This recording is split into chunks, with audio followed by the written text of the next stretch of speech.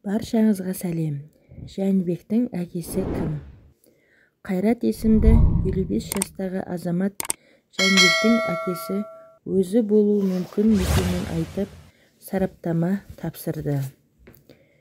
Екі сараптама жасалды. Біріншісі ата тегін руын анықтайтын ДНК сараптамасы, екіншісі әкесімен сәйкестік. Бірінші сараптама бойынша Жәнібектің руы Найман.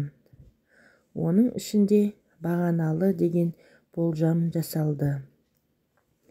Екінші сараптама бойынша ДНК тапсырған болжамды әкемен сәйкестік 0% болып шықты. Сіздермен бірге болған пайдалы ақпараттар каналы.